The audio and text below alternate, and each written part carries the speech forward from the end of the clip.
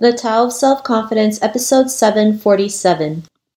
Welcome to the Tao of Self-Confidence, where I share stories of amazing women who have discovered their inner journey to self-confidence. Visit our website at thetaoofselfconfidence.com. Your inner journey to self-confidence awaits. Well, hello, friend. Welcome to the Tao of Self-Confidence, where I share stories of amazing women who have discovered their inner journey to self-confidence. I'm your host today, Sheena Yap-Chan, and today I have an amazing lady on the show today. She is a creative entrepreneur and also a singer-songwriter, and I'm really excited to have her on and share her story with us today on self-confidence. So without further ado, I'm going to introduce you to Kimi Liope. Hi, Kimi. How are you today? Maybe you can fill in a little bit more by yourself to the listeners.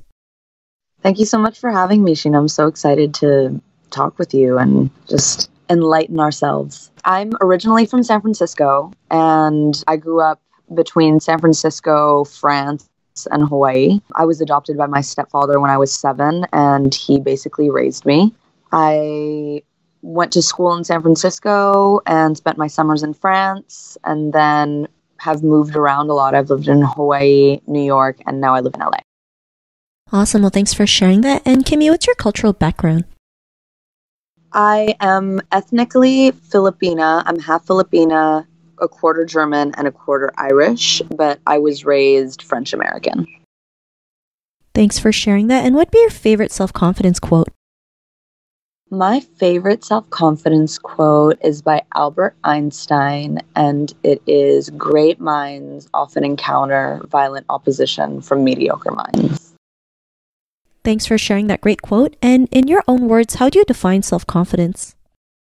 I think self-confidence is being self-sustaining. I remember when I wasn't self-confident, I coped in very different ways with trying to relate to the outside world rather than looking inward. And for me, self-confidence is really in that self-control, and that all comes from self-love. Thanks for sharing that great definition. And Kimi, what was your life like before your discovery of self-confidence? I think I spent a lot of time really convincing myself that everything was okay, and really putting up with a lot of things that I could and should have said no to. I think that a lot of things, if not most things, and most great things in life stem from loving yourself first. I spent really almost 30 years of my life prioritizing other people because I didn't feel worthy. And what self-confidence has brought to me is it's created a space for me to be myself and to have wants and needs that before I didn't really feel I was worthy of.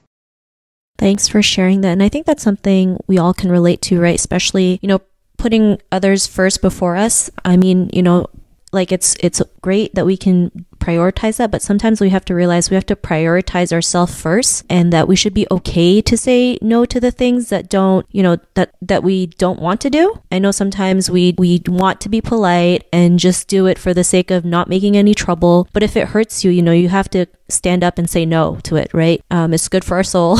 And it really helps us with our confidence. And what was that point in your life when you realized you can go out there and be who you are today, have that confidence? What was that aha moment?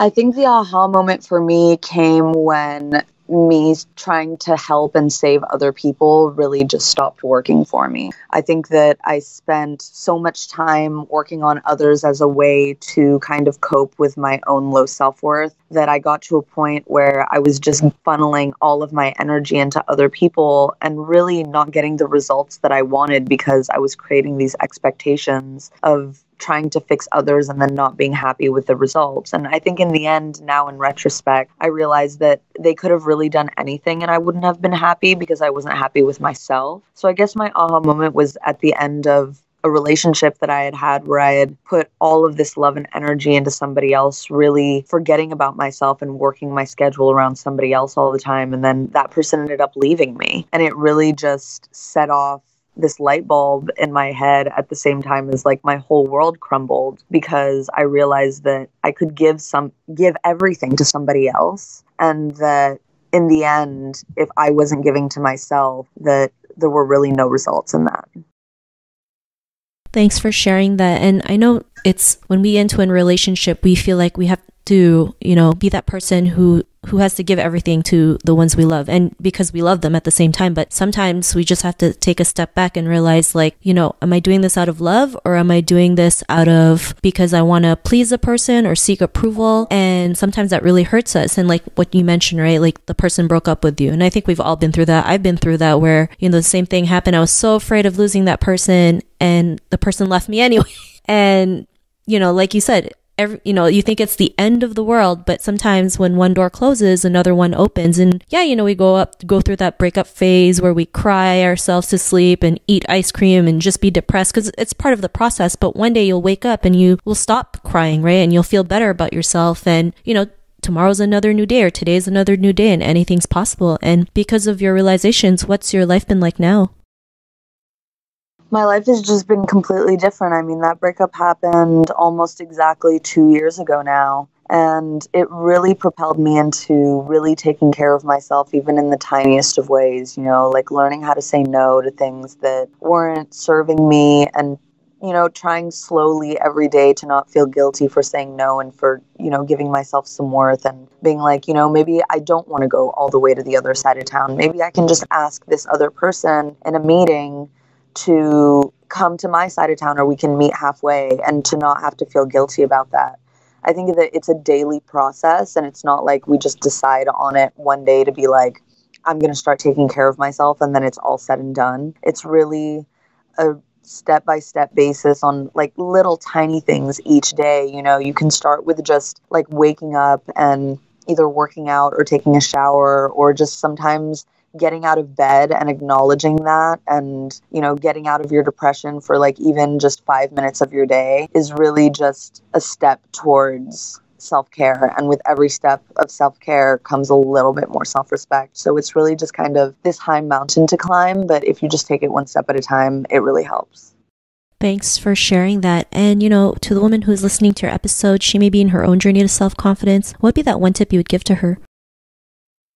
Just be patient with yourself. You know, you deserve to be happy. You deserve to, you have needs, you have wants, and those deserve to be heard. And no matter what you think you may or may not deserve, there are people out there who are willing to listen. And it's just about finding the people who are willing to listen, build a community, even if it just starts with one person, share. And, you know, I think that in this day and age, we all more than ever need each other, and we have more resources than ever to actually connect. So it's really important to go where you're loved, and it's okay to be vulnerable. Thanks for sharing those great tips. And if our listeners wanted to get to know a little bit more about you and what you do and check out some of your work, is there any links or social media profiles we can connect with? Yes, I am an artist, and I do a lot of singing and songwriting. I'm also starting a blog. You can find me at kingklio.com. That's Klio, like Cleopatra, but with a K and an I. So kingklio.com.